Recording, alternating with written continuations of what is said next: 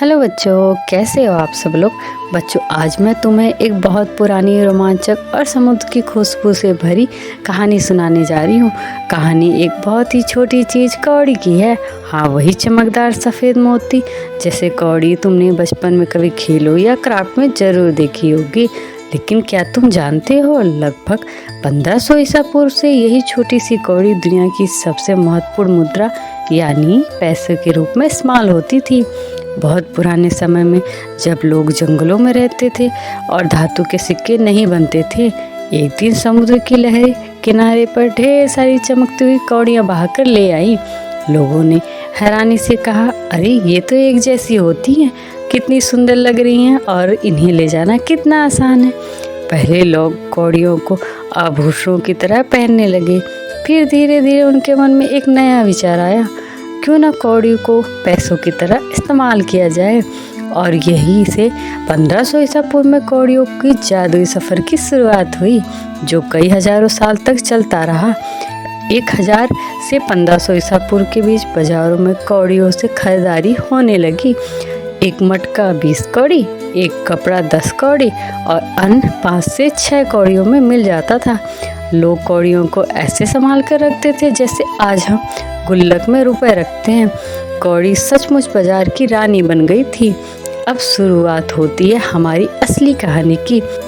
250 ईसा पूर्व से समुद्र किनारे एक गांव में एक प्यारा सा लड़का रहता था, जिसका नाम था वेनु। वेनु के पिता मछुआरे थे। एक दिन जब वे समुद्र से लौटे, उनके जाल में मछलियों के साथ साथ सैकड़ों चमकती कौड़ियाँ भी आई।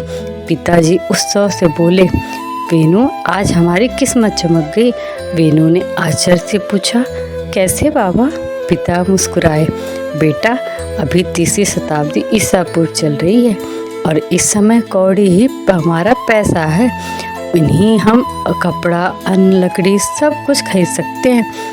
उस दिन वेनु कौड़ियाँ जमा करने लगा और सुबह समुद्र किनारे जाता, सबसे सुंदर कौड़ी ढूंढकर घर लाता। लोग कहते, वेनु तो छोटा व्यापारी बन गया। वेनु को सबसे प्रिय थी एक चमकदार कौड़ी, जिसका नाम रखा चांदनी कौड़ी। जैसे जैसे वेनु बड़ा हो रहा था, 400 से 200 ईसा पूर्व के बीच कौड़ी का व्यापार पूरी दुनिया में फैल रहा था। श्रीलंका, मालदीव, बंगाल और उड़ीसा के व्यापारी नौकाओं में लाखों कौड़ियाँ भरकर दूसरे देश में बेचते थे। कई देशों में कहा जाता था, कौड़ी है तो सब कुछ है, कौड़ी से ज़मीन भी खरीद लो। और सच में बड़ी ज़मीन खरीदने के लिए लाखों कौड़ियाँ देनी पड़ती थी। मौर्य साम्राज्य के समय भी कौड़ियों का उपयोग चलता रहा, जब तक धातु के पंचचिन्ह सिक्के लोकप्रिय नहीं हो गए। गुप्त काल में धातु के सिक्के अधिक प्रचलित हुए, लेकिन बंगाल और उड़ीसा जैसे क्षेत्रों में कौड़ियाँ अभी भी चलन में थी। 600 ईसा पूर्व के बाद तांबे, चांदी और सोने के सिक्के तेजी से फैलने लगे। राजाओं ने घोषणा की कि धातु के सिक्के अधिक सुरक्षित और टिकाऊ हैं। पर बच्चों, 1000 ईसा पूर्व तक पूर्वी भारत में कौड़ियों का जादू जिंदा रहा। दादी नानी अक्सर कहती थी, कौड़ियों से घर बनाया, कौड़ियों से सौदा किया, कौड़ियों ने हमें व्यापार सिखाया। अब आती है रुपए की कहानी। 1200 से 1300 ईसा पूर्व में दिल्ली सल्तनत के समय धातु के सिक्के बनने लगे और कौड़ियों का उपयोग कम होने लगा। 1500 से 40 ईसा पूर्व में शेरशाह सूरी ने चांदी का एक नया सिक्का बनाया, रुपया। यहीं से रुपए का जन्म हुआ। 1600 से 1700 ईसा पूर्व में मुगल काल में रुपए पूरे भारत का आधिकारिक मुद्रा बन गया। 1947 के बाद भारत ने अपना आधुनिक मुद्रा तंत्र अपनाया और कौड़ी का सफ़र इतिहास की यादों में समा गया। जब वेनु बहुत बूढ़ा हो गया, वह अपने पोता पोतियों को समुद्र के किनारे ले जाता। लहरें उनके पैरों को छूती और उनके हाथों में होती उनकी प्यारी चांदनी कौड़ी। वो कहता, बच्चों, इस छोटी सी कौड़ी ने दुनिया को सिखाया कि मेहनत, समझदारी, दोस्ती और ईमानदारी यही असली धन है। पोता ने कहा, दादाजी, हम इस कौड़ी की कहानी कभी नहीं भूलेंगे।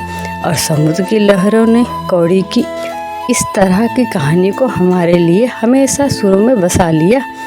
अभी भी भारत में कई राज्यों में जैसे उड़ीसा, पश्चिम बंगाल, असम, बिहार में लक्ष्मी पूजा, राज्य त्योहार, विवाह और पौराणिक रीतियों में कौड़ियों को शुभ माना जाता है, क्योंकि लोग जानते हैं एक समय छोटी सी भी सीपी हमारी सबसे पुरानी मुद्रा थी और पुरानी चीज़ें हमेशा सौभाग्य लेकर आती हैं।